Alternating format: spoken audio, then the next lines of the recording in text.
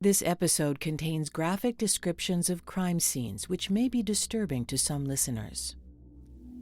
Today we're sharing the haunting story of a young woman who vanished after leaving a friend's house to run a few quick errands. Months later, her car was found abandoned and unlocked, with her purse, cash, and wrapped Christmas present still inside. More than 3 decades have passed, and the question still remains, where is Bobbi Ann Campbell? This is APB Cold Case. Here's your host, former police chief Mark Spahn. Our story begins on December 27, 1994, in a modest house on a quiet suburban street in Utah where 24-year-old Bobbi Ann Campbell was playing with her young daughter, Stephanie. It was just a couple days after Christmas. I was 5 years old. We were living in Draper, Utah with my great-grandparents, and it was just a normal day. It was Christmas break, so we were playing with all of our new toys. My mom and I were playing Super Nintendo that morning. She had done our laundry and folded it and put it in a tall blue laundry basket. They had plans to go into Salt Lake City that day to see some friends of Bobbi's. So we had Christmas gifts for them in the car, and my grandmother gave my mom a $5 or $10 bill for gas, and we drove to Salt Lake, and we were so excited. We went into her friend Jewel's house. It was like a triplex. So there were 2 apartments in the front, 1 in the back, and we all kind of hung out together. When we got there, nothing was out of the ordinary. Bobbi pulls up to the small apartment on Herbert Avenue South. She wanted to run some errands, and Jewel agreed to watch Stephanie. And she was an older woman. To me, she was like a grandma. Bobbi and Stephanie get out of the car. There's snow on the ground, so they carefully navigate the slippery sidewalk and porch steps to get inside. My mom then said that she was going to go pick up groceries and her paycheck, and I wanted to go with her, but she told me I had to stay with Jewel, so I threw a temper tantrum, like little 5-year-olds do. Stephanie sat in the front window as she watched her mom walk down the porch steps. But maybe she was going for more than just groceries. So my memory, I watched my mom leave with the man that lived in the back apartment. But he says that when they got to the street, they walked opposite directions. I remember watching her walk away, and I was laying in the little window bench just having a temper tantrum. She drove away in her blue Chevy Nova notchback. We don't know exactly where Bobbi went that afternoon, but we do know that her daughter Stephanie was anxiously waiting for her to return. I woke up. This is where it's fuzzy. I don't know if I woke up from a nap or if I woke up the next day. I just remember I woke up and everybody was kind of acting weird. And I asked where my mom was, and they said, "Oh, she's just not back yet. It's okay." And then Jewel had a male and a female come over that were younger, like my mom's age. And they told me that they were going to take me to look for my mom. And they brought me a change of clothes. It was a Lion King outfit. Lion King was in theaters, I think, at the time. I still remember the outfit. It had like little frillies on the shirt. And then I got in the car with them. They drove around a bit. We went to Liberty Park. We were there to look for my mom, but I remember feeling unsafe, and they were trying to get me to play. And I wasn't there to play. I wanted to look for my mom. And so I think I was being aloof with them, like trying to get away from them. And so they got me back in the car, tried to get me to go get ice cream. I didn't want anything. I just wanted to go back to Jewel's house. So they said, "Well, your mom's probably back there, so that's a good idea." We got back to Jewel's house, and my mom was not there. Tony, or English Tony as his friends called him, was a friend of Bobbi's, and he lived in the back unit of the Herbert Ave apartment. He remembers that day and little Stephanie. She was just stuck at Jules, and I said, it can't happen, mate. You know what I mean? She can't stay here. she needs to go back to her grandma's or something. Although I don't think we should tell her grandma that she's left the kid here, because I was still, I couldn't, I didn't want to believe that anything foul had happened.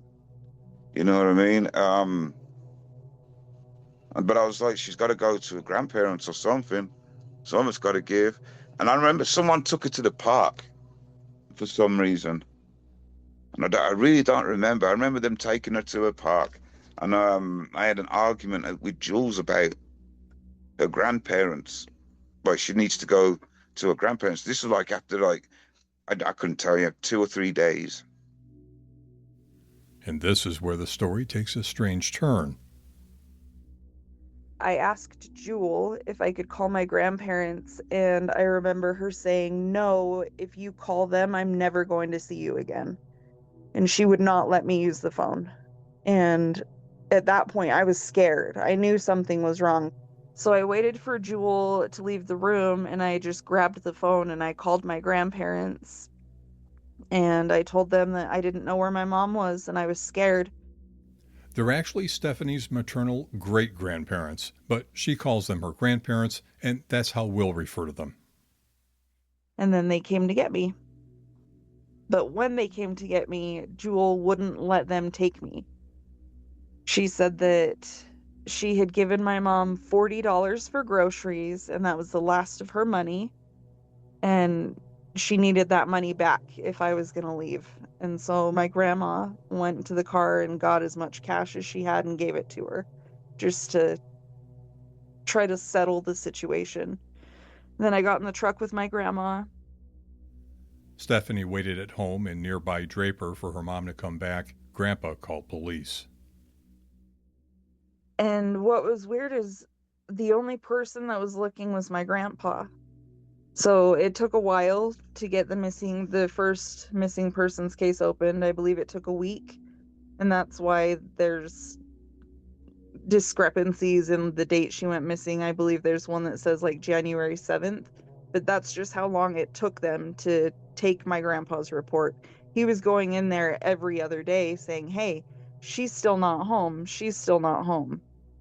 So during that time, he had recently retired, and so he was waking up and he was still packing his lunch and packing his thermos like he was gonna go on the road, like he was a trucker, and he would just drive around Salt Lake all day looking for the blue Chevy Nova. And that's how he spent every day until the police opened up an investigation. To understand what might have happened to Bobbi, we need to dig a little deeper into her life. Who was she? At 24, Bobbi was petite. She stood about 5'1", weighing less than 100 pounds. She had blonde hair, blue eyes, and a tattoo of a rose on her left calf. Cute. She was just cute. And she had blonde hair.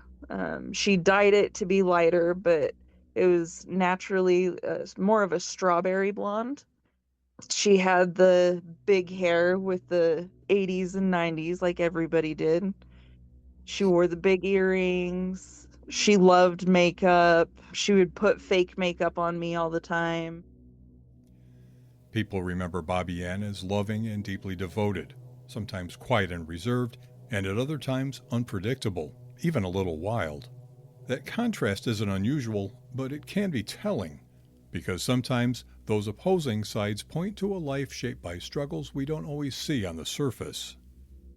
Bobbi Ann grew up in Wyoming. She was born into instability to teenage parents in a family that fractured early. Custody battles, constant moves, and changing caregivers defined her childhood. There were allegations of abuse and neglect. As a teenager, she ran, often. At one point, she said her own mother tried to push her from a window. She was sent to a girls' school. As a young woman, she became pregnant under circumstances she tried to hide, a sign of just how vulnerable her situation had become. In her adult years, relationships were turbulent and often dangerous. One boyfriend stabbed her, another she secretly married. She later told friends she was afraid of him, especially when he was behind bars, and even more afraid of when he might get out. By the time she disappeared, a pattern had already taken shape. Instability, violence, and a life spent navigating risk. But by 1994, Bobbi and her daughter were living with her grandparents in Draper, about 20 miles outside of Salt Lake City. She'd finished her GED after her daughter Stephanie was born and dreamed of becoming a cosmetologist. She was working at SOS Staffing, a temp agency, and raising her daughter as best she could. She loved being a mom to Stephanie, but she was battling some inner demons. My mother had a depression problem, and she had emotional problems, and she just had a really hard time. My mother was not a drug addict. She did smoke pot sometimes. She did mushrooms sometimes when she went camping with her friends, but I don't think she had a drug problem. I think she had a lot of undiagnosed mental problems. Bobbi had a wide circle of friends. Many of them remember hanging out at a mall in Salt Lake City. One of those friends was Leah. We mostly met and hung out at Crossroads. Crossroads Mall. It was a mall where you can go and to a bunch of different stores, had a food court, had an arcade, had a movie theater. We would hang out with a bunch of friends and play hacky sack. Tony, who you heard from earlier, was the friend of Bobbi's known by the group as English Tony. I used to hang out downtown in front of the mall. I used to sell a little bit of weed, a little bit of acid down there. But I met her in front of the mall. She knew there was a bunch of rocker guys that used to hang out down there, and I used to hang out with them too. I was friendly with them all, you know. They were all cool with me, probably because I had drugs. But that's where I got to meet Bobbi, yeah. She was funny. I liked her because she was funny. She used to drive me around places sometimes, and if I had a delivery to make.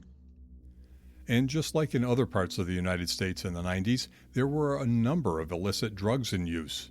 There was mention of LSD, cocaine, and heroin. There was a bit of crank involved also, because we were all doing crank then too, around that time. So, yeah, weed, mushrooms, and speed, basically. Here's private investigator Jason Jensen.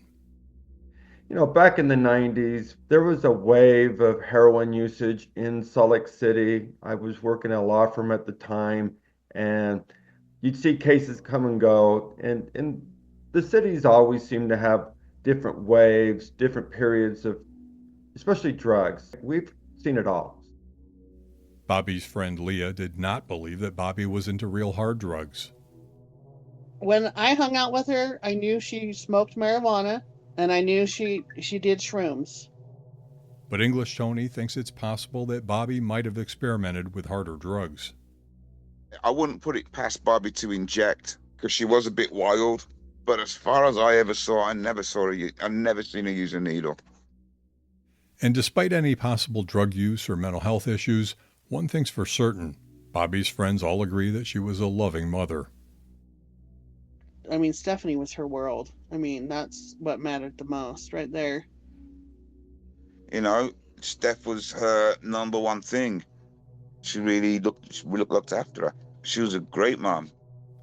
So let's go back to the day Bobbi went missing. It was a couple days after Christmas, and according to Detective Ben Pender of the Salt Lake County Sheriff's Office, one of her grandparents saw Bobbi prior to her leaving to go to her friend's apartment in Salt Lake City. Now, Jewel's residence was on Herbert Ave South, and Bobbi was there often. Also living in a back unit was English Tony. Stephanie said that her mom left her with Jewel while Bobbi went out to get groceries and run errands. But others have said she was actually going out to score drugs. Private investigator Jason Jensen. Given what we've learned over the years, that she was given money from a neighbor of Jewel, a friend of theirs, that she dropped off Stephanie to be babysat, you know, to be given money by the neighbor to go get some heroin, and then supposedly she never came back. Some other reports say that Bobbi was headed for a party. Again, here's Bobbi's friend Tony. She wasn't going to no party, man. She was going to get drugs, mate. That's what she was going to do. That's why she was taking money from the people in front. I think Jules gave her some money too. Yeah. Oh, yeah. She was going to get some crank. Tony remembers that day and his last interaction with Bobbi and little Stephanie at the apartment on Herbert Ave. Yeah, Stephanie, she was supposed to stay with me, but I had to go and do some training. I was fighting back then too. I had to go do some training, so she wound up staying with Jules, the lady in front, who was also friends with Bobbi. We were all cool back then around in that household and stuff. Stephanie remembered watching her mom leave with the man that lived in the back apartment. That's me. I'm the guy living in the back. Both Stephanie and Tony have impactful recollections of that day from 30 years ago. The time they're discussing is critically important to the timeline in this case because it's the last known time that Bobbi's seen alive. But the passage of time can sometimes blur those memories, making it difficult to reconstruct exactly what happened. I was with her before too. Where had we gone? I don't remember where we gone, but I was in the car with her when we got back. And I got out and I went and got my gear from the back and I come back over and I was in Jules for a bit. And that's when Bobbi was saying, yeah, Steph is going to stay with Jules. And I was like, all right, yeah, well, when I'm done, I'll come back, check in and whatever. And that was it. I was outside talking to my mate Chad. She was talking to the right hand side neighbor, and she took some money from him. And then it was, see you later, basically. Take care. I'll see you in a bit. And she got in a car, and that was the last I seen of her, ever. So Tony said that he and Bobbi had been in the car together at some point that day. He wasn't sure where they'd gone. And Bobbi was planning to pick up her paycheck from SOS Staffing, but that paycheck was never picked up. Daughter Stephanie. Later on, a few years ago, we learned that she also picked up money from the next door neighbor to go pick up drugs. So possibly she went to pick up these drugs and was met with foul play. So where did Bobbi go to get those drugs? Private investigator Jason Jensen says that is part of this mystery. He believes that Bobbi knew the dealer. I don't think she was just asking random dealers on the street. I think she knew where she was going, and the people around her may have known where she was going. I asked Tony if he knew. I can't say. I can't say because I don't know. Honestly, because she knew a lot of other rockers too. Do you know what I mean? She used to get other stuff from other drugs. So let's review the timeline as we know it. On or around December 27th, 1994, Bobbi leaves Jules' apartment, said to be driving off alone in her blue Chevy Nova. Inside the car, a laundry basket filled with neatly folded clothes, $10 in cash from her grandmother for gas, and some wrapped Christmas presents. She never returns. We're not sure how long Bobbi's daughter Stephanie remains with Jewel before she calls her grandmother to pick her up, but it could be the same day or a couple days. According to Stephanie, when her mom didn't come home, her grandfather went back over to the Herbert Ave apartment. And my grandpa questioned everybody that lived there, I believe, and it just went nowhere. And her grandpa went out looking for Bobbi in her car every day until the police opened the investigation. But her friends weren't out searching. P.I. Jason Jensen said it was almost like the people in her inner circle had an idea of what had happened. But it does seem to be that the friends that she hung around with at that time did know what happened, because there wasn't really a sense of urgency or a sense of wonder. They just kind of like moved on. Like, yeah, we'll raise you, Stephanie. We'll babysit you, until her grandparents intervened. It's like that does not seem like a logical reaction from somebody that's concerned about the whereabouts of somebody. I have decades of missing persons experience, and usually if you don't know where someone is, you're out looking. You love them, you're beating the pavement trying to find somebody. But when you know, you don't really feel that or react the same way like you want to know. Let's go search the streets. Let's go comb the desert. there wasn't that sense of urgency between her friends and those that gave her the money to go make the purchase. So it doesn't seem to be that there's much of an issue. English Tony. I blew it off. I was like, she'll be back, man. She's probably just, you know, having some fun somewhere. I'm not sure. Like, I had no idea where she'd gone. You know what I mean? And like, I'd asked the people in front, where'd she go? And nobody knew. She was just going to go see one of her people and brings drugs back for the house. But Bobbi never turned up, and after several phone calls to police, she was finally reported missing on January 7th, 1995. Bobbi had a scheduled court appearance 2 days later on January 9th, so there was hope that she'd show up there. So my grandpa went to the courthouse, and he sat there from open until close, watching for her, and he never saw her. Salt Lake County Sheriff's Office Detective Ben Pender.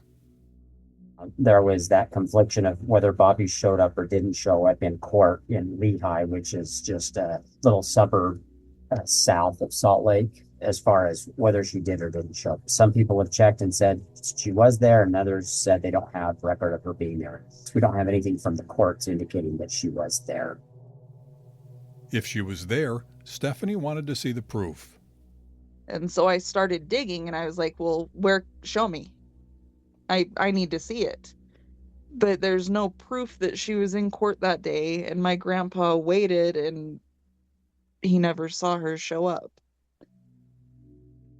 But somehow the discrepancy caused Bobbi's missing persons report to be canceled. The error was corrected on January 16th, and her case was reopened. In the months following her disappearance, Bobbi's grandfather never gave up hope of finding her. And then one day he received a notice of a parking ticket in the mail for the blue Chevy Nova.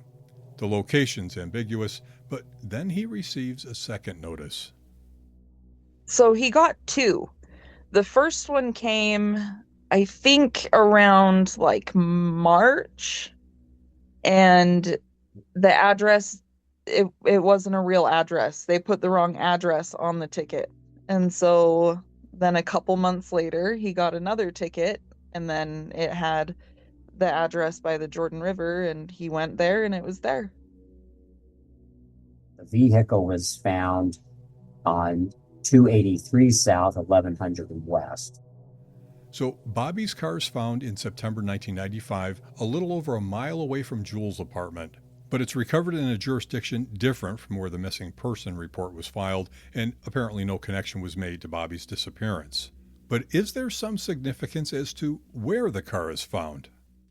It is kind of a rougher area, but yeah, it was surprising that it was left there. But if I remember correctly, I believe a lot of those homes in that area were rental homes. But I wonder, a lot of people just didn't think twice of it, not knowing if it belonged to one of the renters.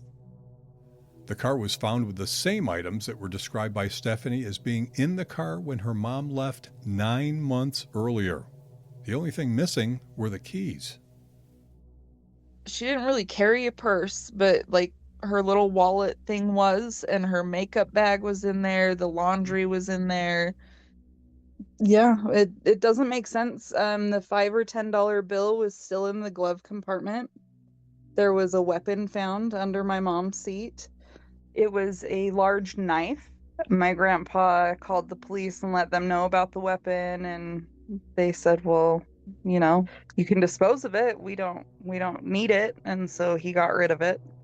The way he described it, it was almost large, like a machete type knife. So we don't know if it was there for protection, or we'd never seen it before.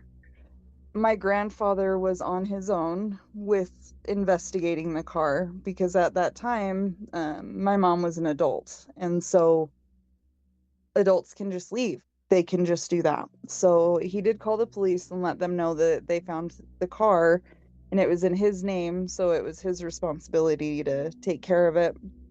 He questioned a couple of the neighbors. Well, he talked to a lady in the area that had told him the vehicle had been there for about a year. It was actually more like 9 months, but there was something surprising about the condition the car was found in. It was unlocked. It would not start once they got keys, I believe. Or my grandpa had spare keys. I just know that it wouldn't start, so they had to have it towed to our home in Draper. So, what can we make of the fact that the car was unlocked for 9 months and still had all of Bobbi's personal items inside, including some money? And let's go back to the location of where the car was abandoned. Private investigator Jason Jensen. The house that seems to kind of stand out on its own at the corner of Pierpont, that was the house that they said they partied at. That was an area where people would go to score drugs. Nobody will really tell me if she used to go to that area. I know that it's not far from places that she would go, to homes that she would go to party at. So, in the fall of 1995, the car is found, but Bobbi's still missing. Time passes. Months turn into years. Still, no sign of her. And then, private investigator Jason Jensen begins looking into the case and locates a couple witnesses with some disturbing information. When we got the tip, we received a tip, probably 10 years now. And when we got that tip, it was that they were at a party about a block or two away, and my mom was given a hot shot, and then she overdosed. And I guess everybody panicked and just rolled her up in a rug and put her in the attic.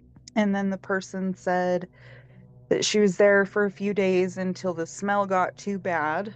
And so then they put her in the back of a car. The woman didn't specify if it was my mom's car or whose car. But there's a bridge probably 30 to 40 feet south of where my mom's car was found. And she said that they drove over there, and that's where they disposed of my mom's body. Well, we did at one point get a suspected description of a home, and we chased down an address, and it's consistent with the description of how they treated her body, that, put her in an attic and then at some point removed her. But when police questioned the source of the information about Bobbi's body being dumped, they wouldn't verify it, so investigators did not pursue the lead. But in 2019, P.I. Jensen assembled some volunteer divers to search the area of the Jordan River where the witness told him Bobbi's body was placed. We spent the whole afternoon with tethered lines crossing the river there. The water's so murky, and it's such a nasty river, going through a city. They had to be careful not to cut themselves on the ground, but they had to feel the ground underneath. They found an old rug that we recovered in hopes that maybe, we could identify DNA may have been inside of it, or there was nothing to retrieve from it though. But we found some jewelry at the site that was consistent with the type of jewelry that Bobbi Ann would have worn. And that was the site that we were pointed to, that supposed witness said they dumped her body there, and, pointed to that part of that bend of the river. You can see a map of the location that P.I. Jensen's talking about in our show notes. 300 south, and it bends past that warehouse, goes west. And then there's a park that's there where the road 1200 west is a circle that ends, right? The search, we stopped at the circle there, and where we searched was that river, that whole bend right there, that stretch that runs parallel with 300 south. Stephanie was there when the dive team was searching for clues, and as Jason Jensen said, one of the first discoveries was a rolled up carpet. When they pulled out that carpet and not seeing anything in it, I was beside myself. I had a panic attack unlike any I've ever experienced. I had to hide behind my truck and throw up. No, I was hoping that there would be remains inside or some clothing because it was rolled up. It was loosely rolled, but it was rolled up. But if you're going to dump garbage in the river, including garbage rolled up carpet, that's how you would do it anyway, is roll it up. Jensen said there were no bones found within the carpet, but it was sent away for analysis. So there was nothing definitive. So the likelihood of finding DNA or the silhouette of a human figure or something wasn't there either. Another one of the things recovered during the dive was a large set of keys. Bobbi's daughter believes those were her mom's. But they got lost in the process when we were trying to identify how old they were. These items were not in the possession of the police, so there was no chain of custody or formal transfer of the items. And because they were lost, no examination could take place to determine whether they might have been a match to Bobbi's car or if they fit any of the other locks that Bobbi would have used at the time. Unfortunately, other circumstances have hindered the search for Bobbi, like witnesses who were willing to speak with PI Jason Jensen, but unwilling to share the same details with police. And there could be any number of reasons for this. But for Detective Pender, he's just looking for some credible piece of information that will help to bring closure to the case. I have not been involved in any type of a specific search in the case because I don't really know where to search. I don't have any information of where she would be to go search. So, and trying to get a dive team or our search and rescue out to try to look for her. I mean, we're open to that and have no problem sending them out, but we do need somewhat of an idea of where may be if she is indeed in there. And as the years and now decades have passed, the reality of recovering any significant part of Bobbi's remains decreases. Private investigator Jason Jensen. I don't think they'll recover her. It's been 30-something years, and you're not going to recover a body that's covered in silt that's already decomposed, and you got a bone here and a bone there and a bone over there. And if they can't recover her remains, Jason hopes that maybe someone will change their mind and be willing to share the details of what happened to Bobbi with authorities. The first order of business is confirm that they did dump her in the river. And then you kind of give Stephanie that peace of mind that, I can stop looking. I have my answers. Salt Lake County Sheriff's Detective Ben Pender. This could just be an accident. We don't know at this point whether there's foul play involved or not. I think somebody may think if something happened to Bobbi, she happened to pass away, they may have panicked and just discarded her body for fear they were going to be in trouble. So here's what we reasonably know at this point. Bobbi disappears after leaving Jewel's house. There's no indication she ever gets groceries, and she did not pick up her paycheck. There's no proof she ever showed up for a court date, and her car's found in a rough neighborhood several months after her disappearance. Was she met with violence, or was it an overdose and someone disposed of her body? She did start to experiment with harder drugs right before she went missing. Stephanie stays in touch with some of her mom's friends, and she told us about one friend in particular. But she claims that they were heavy into mushrooms and psychedelics, and I know that my mom was afraid of needles, so hearing that she had a hot shot, her friends all say that somebody would have done that to her because she was terrified of needles.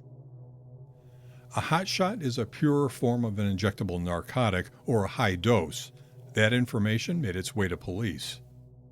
Without having that confirmation, it's hard to act on that. And unfortunately, complicates these cases even more. I understand their frustration with probably law enforcement. I've really tried hard on all these cases, including the Bobbi Ann Campbell case, to stay in contact with the families, to work whatever leads are available. There has been things in this case that I've been doing over the last few years, even traveling out of state, conducting interviews. I still have things to do and people to interview in the case that I'm working on currently.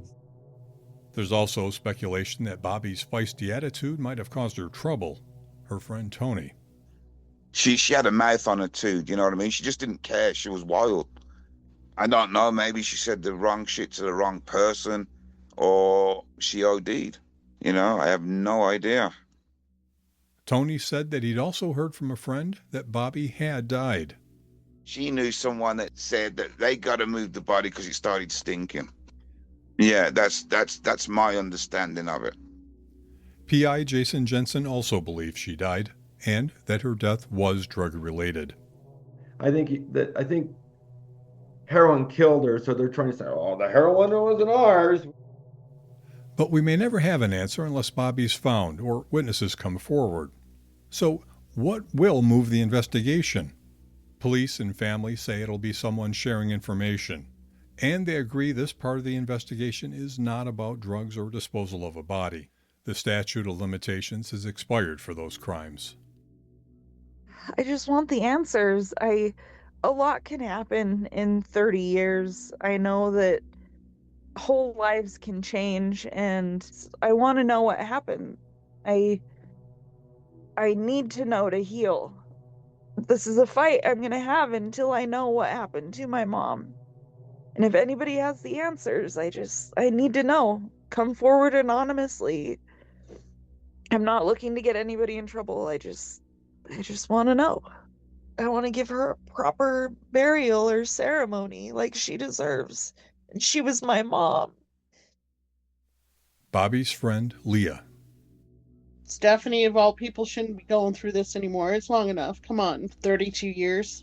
There's got to be somebody that's just willing just to finally just say what they got to say. Think of it was your kid or your mom. Damage is already done. Just say it already. Enough's enough.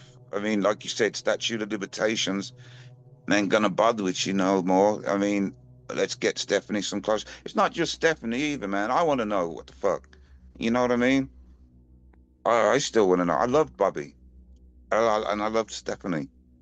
Yeah, I really want to know what happened myself. Tony told me he's tried to connect with a woman who was an acquaintance to both he and Bobbi, as well as a former male friend, people who he thinks might have knowledge of what happened. And police are also hopeful there's someone out there who can help. I feel like more than enough time has passed in this case where my hope is that somebody will come forward and speak up and say something. I really believe there's somebody still out there that knows what happened to Bobbi. Yeah, it's really going to be more testimonial evidence in this case, just because we don't have Bobbi and the car is no longer here. So I always encourage people to reach out. And like I said, I am not a drug investigator. This had to do with drugs, which I think that worries people, thinking they're going to be in trouble for, maybe being involved in drugs. But I'm not out for that. We're out for Bobbi. We want to get her back. And there may very well be a explanation and a good explanation of what happened. This may have just truly been an accident that occurred, that somebody's gone to drastic measures to cover it up for fear that they're going to be in trouble. Detective Pender understands the silence, how fear, old loyalties, and the shadow of past mistakes can keep people from speaking up. But this case is no longer about drug use or what might have happened in the panic of a moment 3 decades ago. Those doors are closed. No one's looking to make arrests for what happened back then. What matters now is something far more human, giving a daughter the truth about her mother. If you've carried this for years, whether out of fear, guilt, or shame, this is the moment to set it down, to do the decent thing, and help bring Stephanie the answers she's been waiting a lifetime to hear. My plea would be is to pick up that phone and call me, and let's get Bobbi back and get this case resolved and get some answers. As Stephanie continues to wait for those answers, she clings to some of the best memories she has of her mom. She shared a story told by her grandfather about when Bobbi was herself a little girl. My papa's favorite memory, they had a farm with a canal that ran through the back. And she was about 14 years old. And she came in the house and said, "Grandpa, can I borrow your fishing pole? There's a fish out there in the canal." And he said, "No, there are no fish out there. You're not going to waste my bait. You're not going to use my stuff." And she was like, "Well, can I have some fishing line and a hook?" And he was like, "Yeah, okay, do what you want." So she built herself a fishing pole with like a long piece of wood. And she went out there and caught like a 5-pound carp and brought it into the house. And she was like, "See, I told you so." That was his favorite story to tell about her. There's a memorial stone for Bobbi in a small cemetery outside of Salt Lake City, and Stephanie wants to bring her mom home there to rest. People are still around who can help that happen. The private investigator told us that a couple possible witnesses have since moved, and he questions why they left. Was it because of Bobbi? Right after she disappeared, those two as a couple moved all the way across the country. I think it's to Arkansas or Alabama. Well, why? Someone died, someone's missing. We got to get out of Dodge City. Jason Jensen's hoping that someone's conscience will get them to pick up the phone, and so are police. We've said it time and time again, and I mean, I'm not concerned about the drugs, so there's no longer statute of limitations with that personal use. If you have any information about the disappearance of Bobbi Ann Campbell, you can call Detective Ben Pender at the Salt Lake County Sheriff's Office at 385-468-9816.